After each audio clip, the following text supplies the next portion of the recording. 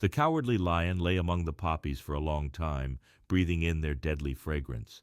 When he finally opened his eyes, he was grateful to find himself alive. He rolled off the truck, relieved. Curious, the lion asked, "How did you get me out?" His friends explained about the field mice who had generously saved him from danger. The lion laughed, reflecting on how he perceived himself as big and fearsome, yet small flowers had almost defeated him while tiny mice had come to his rescue. After recovering, the lion and his friends pondered their next move. Dorothy suggested, "We must find the yellow brick road again to reach the Emerald City." Feeling rejuvenated, they set off, enjoying the soft grass beneath their feet. Soon they found the yellow brick road and turned towards the Emerald City. The road became smooth and well paved, and the surrounding countryside was beautiful. The travelers rejoiced as they left behind the perilous forest and its shadows. As they journeyed, Dorothy exclaimed, "This must be the land of Oz. We're getting close to the Emerald City." The Scarecrow nodded in agreement. Dorothy approaches the farmhouse and knocks on the door, hoping to find a safe place to stay. The woman peeks through the door, asking what they want and expressing concern about the lion's presence. Dorothy explains that the lion is actually a coward and won't harm her, which convinces the woman to let them in. As they enter, a man on the couch asks about their journey, and Dorothy tells him they are headed to the Emerald City. Dorothy confidently states their purpose, but the man questions whether Oz will actually meet them. Dorothy shares her experiences of visiting the Emerald City, describing it as beautiful, but explains that no one has seen the great Oz. The Scarecrow inquires if Oz ever leaves his palace. Dorothy learns that Oz is always in his throne room, and even his attendants never see him directly. Curious, she asks about his appearance, and the Scarecrow admits that it's difficult to describe. The Scarecrow explains that the Great Oz is a powerful wizard who can change his form at will. Different people have different visions of him. Some see him as a bird, others as an elephant or a cat. To some he appears as a fairy or a brownie. Dorothy finds it strange that no one knows his true form. She insists on trying to see him, fearing their journey will be in vain. The Scarecrow reveals his wish to meet Oz, hoping to receive brains. The man agrees that Oz could grant this wish easily. "He has more brains than he needs, and I want him to give me a heart," said the Tin Woodman. "And I want him to give me courage," said the Cowardly Lion. "Oz keeps a great pot of courage in his throne room," said the man, "which he has covered with a golden plate to keep it from running over." "And I want him to send me back to Kansas," said Dorothy. "Where is Kansas?" asked the man with surprise. "I don't know," replied Dorothy sorrowfully, "but it is my home, and I'm sure it's somewhere." "Well, Oz can do anything, so I suppose he will find Kansas for you. But first you must get to see him, and that will be a hard task, for the great wizard does not like to see anyone, and he usually has his own way. But what do you want?" he continued, speaking to Toto. Toto only wagged his tail, for strange to say he could not speak. The woman called to them that supper was ready.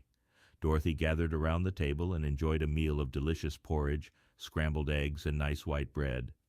The lion tried the porridge but declared it unsuitable for him, as oats were food for horses. Meanwhile, Toto happily ate a little of everything, delighted to have a good supper. Following dinner, the woman provided Dorothy with a bed for the night. Toto lay down beside her for comfort. The lion took his position at the door to guard her from disturbances. The Scarecrow and the Tin Woodman stood silently in a corner, unable to sleep, yet keeping watch. With the first rays of sunlight the next morning, Dorothy and her companions set off on their journey. They soon noticed a beautiful green glow in the sky. "That must be the Emerald City," Dorothy exclaimed. As they advanced, the glow grew ever brighter, signaling that they were nearing their destination. It was early afternoon when they finally reached the magnificent Great Wall that surrounded the Emerald City, marking the end of their long journey. At the end of the road of yellow brick, they find a majestic gate studded with emeralds that sparkle in the sunlight, dazzling even the painted eyes of the Scarecrow. Next to the grand gate, Dorothy pushes a button on a bell and a silvery tinkle echoes from within the city. The big gate slowly swings open, leading them into a high-arched room where the walls shine with countless emeralds. In front of them stands a small man, dressed entirely in green, with skin that has a greenish tint, resembling a munchkin. The guardian looks at Dorothy and her friends and inquires, "What do you wish in the Emerald City?" Dorothy replies, "We came here to see the Great Oz." The guardian, taken aback by the request, sits down thoughtfully.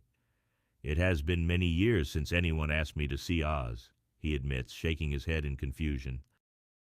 "He is powerful and terrible, and if you come on an idle or foolish errand to bother the wise reflections of the great wizard, he might be angry and destroy you all in an instant." "But it is not a foolish errand, nor an idle one," replied the Scarecrow. "It is important." "And we have been told that Oz is a good wizard." "So he is," said the Green Man, "and he rules the Emerald City wisely and well. But to those who are not honest, or who approach him from curiosity, he is most terrible, and few have ever dared ask to see his face. I am the guardian of the gates, and since you demand to see the Great Oz, I must take you to his palace. But first you must put on the spectacles." "Why?" asked Dorothy. "Because if you did not wear spectacles, the brightness and glory of the Emerald City would blind you. Even those who live in the city must wear spectacles night and day. They are all locked on, for Oz so ordered it when the city was first built, and I have the only key that will unlock them." The guardian of the gates found a pair that would just fit Dorothy and put them over her eyes. The guardian fastens golden bands around Dorothy's head, locking them with a key from his chain. Dorothy knows she cannot remove the glasses, but she doesn't mind, as she wants to avoid the blinding light of the Emerald City. He then fits the same spectacles on the Scarecrow, Tin Woodman, Lion, and even little Toto, securing them all with the key. After securing the glasses, the guardian puts on his own pair and declares he is ready to lead them to the palace. He retrieves a large golden key from a peg and uses it to unlock another gate. Dorothy and her companions eagerly follow him through the entrance into the vibrant streets of the Emerald City.